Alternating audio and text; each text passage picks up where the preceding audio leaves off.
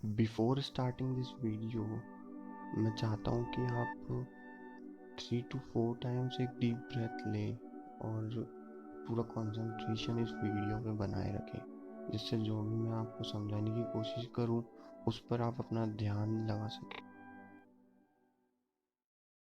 Hello everyone. आज हम देखने वाले हैं कि वैलेंसी क्या होती है। भाई मैं तो पूरा श्योर हूँ कि आपने वैलेंसी का नाम तो सुना होगा, लेकिन आपको इसके बारे में कुछ समझ नहीं आया होगा।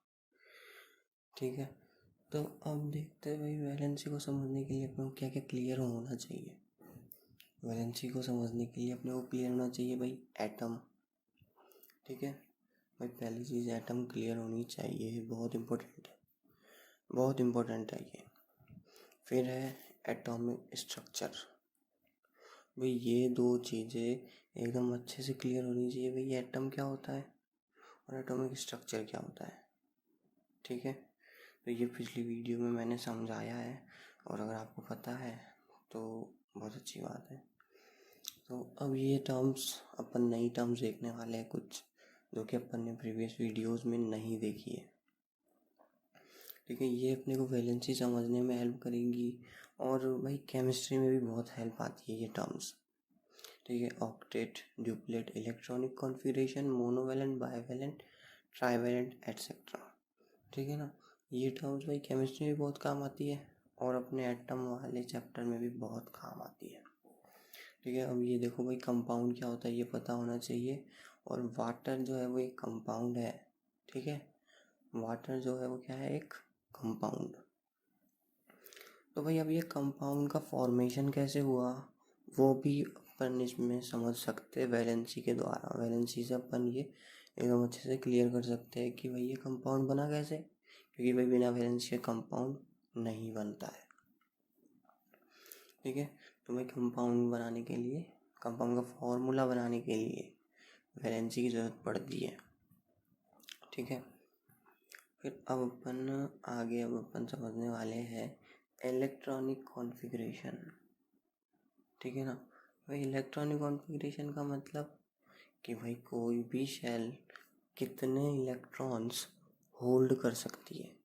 क्या, वापस रिपीट कर रहा हूँ कि कोई भी शेल कितने इलेक्ट्रॉन्स होल्ड कर सकती है।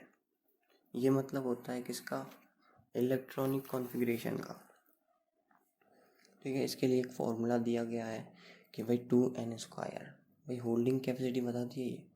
तो 2n² is equals to number of electron in shell, n is equals to number of shell.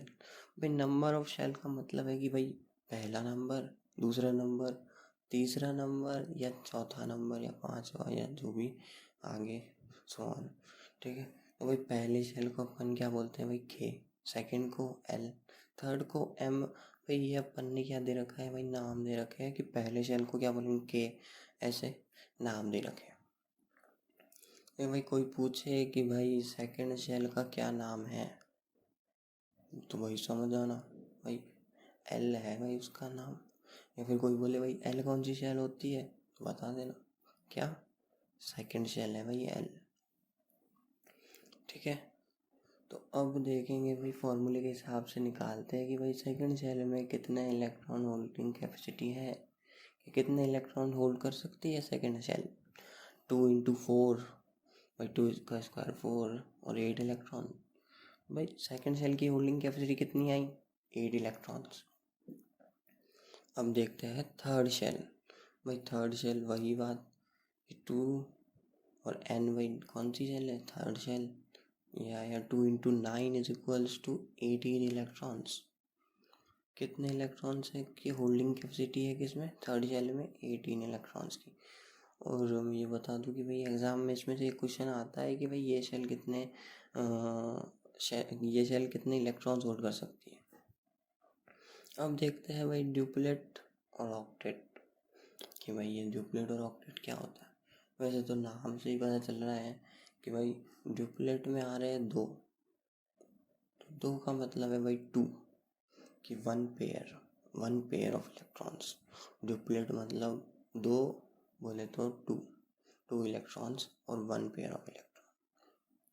Octet भाई 8, ऑक्टोपस से याद रखो भाई, ऑक्ट मतलब 8, मैथ्स और साइंस में ये ऑक्ट मतलब 8, ठीक है ना भाई। अब ये इसका काम क्या है भाई, ड्यूप्लेट और ऑक्टेट यही तो कंडीशन है जिसमें जो इलेक्ट्रॉन है वो स्टेबल होगा। स्टेबल बोले तो सेटिस्फाइड, ठीक है ना, सेटिस्फाइड होगा ये कि भाई इसको और कुछ नहीं चाहिए। अब भाई हाइड्रोजन देखो भाई, हाइड्रोजन में कितने इलेक्ट्रॉन आने चाहिए फॉर्मूले के हिसाब से देखना होगी, इलेक्ट्रॉनिक कॉन्फ़िगरेशन के हिसाब से। भाई फर्स्ट शेल में कितने, 2 इलेक्ट्रॉन्स आने चाहिए। कितने भाई, एक शेल कितने में ये स्टेबल हो रही है, फर्स्ट शेल 2 इलेक्ट्रॉन्स में स्टेबल हो जाएगी, लेकिन ये तो स्टेबल नहीं है।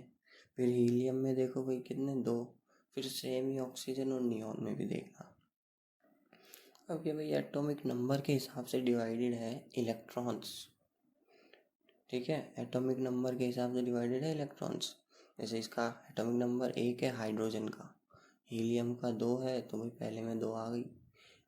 एटॉमिक नंबर फिर ऑक्सीजन का देखो 8 है, तो पहले में 2, फिर नेक्स्ट मूव हुई कितनी, नेक्स्ट मूव हो गई किसमें, ऑक्सीजन में। फिर सेम इसी में ही है भाई, फिर जो आगे पहले 2 आ जाएंगे, बाकी जितने बचेंगे अगले सेल में मूव हो जाएंगे, इतना याद रखो, ठीक है। अब देखते हैं भाई स्टेबल। अब यार इसमें आप एक चीज़ में कंफ्यूज हो सकते हो कि भैया आपने तो बोला था कि थर्ड शेल में मतलब कि अपन वो फॉर्मूले से बता सकते हैं कि भाई ये किसी भी शेल में कितने इलेक्ट्रॉन्स आएंगे, लेकिन यहाँ पे तो भाई अपन थर्ड शेल में देखे इधर कि भाई थर्ड शेल में देखे भाई फॉर्मूले के हिसाब से देख रहे 18 आ रहे हैं, लेकिन जब अपन ये कॉन्फ़िगरेशन करते हैं, किसका कॉन्फ़िगरेशन भाई, कैल बड़े वाले जिनका एटॉमिक नंबर ज़्यादा है उनका कॉन्फ़िगरेशन, तो भाई थर्ड शेल में अपन कितने लिख रहे हैं, 8 इलेक्ट्रॉन्स ही लिख रहे हैं। भाई 8 इलेक्ट्रॉन्स क्यों भेज रहे हैं इसमें अपन, भाई इधर पोटेशियम में भी 8, कैल्शियम में भी 8। तो मैं बता दूं कि इसका रीज़न आपको बाद में पता चलेगा, क्योंकि आगे अभी अपन सिर्फ बेसिक लेवल पे पढ़ रहे हैं कि भाई शेल क्या होता है ना, तो और शेल इलेक्ट्रॉन क्या होते हैं भाई, कि कैसे मूव ऑन होते हैं। तो भैया आपको हायर क्लासेस में पता चलेगा केमिस्ट्री की, जैसे 11th क्लास में आगे आप इसके बारे में पढ़ोगे भाई सब शेल क्या होता है और भी ऐसी चीज़ें। तो भाई इसका क्या था भाई, जब बड़े नंबर हो भाई ये याद रख लो कि बस 8 आएंगे जब भी अपन कॉन्फ़िगरेशन करेंगे, तो स्टेप मतलब कि जब भी अपन कॉन्फ़िगरेशन करेंगे तो बस 8 के बाद क्या हो जाना है, आगे वाली सेल में मूव ऑन हो जाना है। अब अपन देखेंगे कि भाई वैलेंसी का असली मतलब है क्या। नाम सुन रहे हो भैया आप तो बस कि भाई वैलेंसी ये है वो है। अब मैं बता दूं भाई वैलेंसी का मतलब है कि इलेक्ट्रॉन कितने कोई भी एटम कितने इलेक्ट्रॉन्स दे सकता है और कितने इलेक्ट्रॉन्स ले सकता है। ये है वैलेंसी का असली मतलब कि भाई कितने इलेक्ट्रॉन देना है और भाई कितने इलेक्ट्रॉन लेना है। अब ये अपन इसी एग्जांपल से समझते हैं मैग्नीशियम से। भाई इसका इलेक्ट्रॉनिक कॉन्फ़िगरेशन किया, कितना आया भाई 282। अब देखो भाई, अब ये है भाई कम पावर लगनी चाहिए कि कम पावर लूज होनी चाहिए कि अब भाई 2 इलेक्ट्रॉन देने में कम पावर लूज होगी, कम एनर्जी लूज होगी, या फिर 6 इलेक्ट्रॉन लेने में, ठीक है ना भाई। 6 इलेक्ट्रॉन लेने में ज़्यादा लूज होगी ना, तो भाई इसको क्या पसंद आएगा भाई, बैठे बैठे काम हो जाए, अपन क्या करते हैं दे देते हैं बस।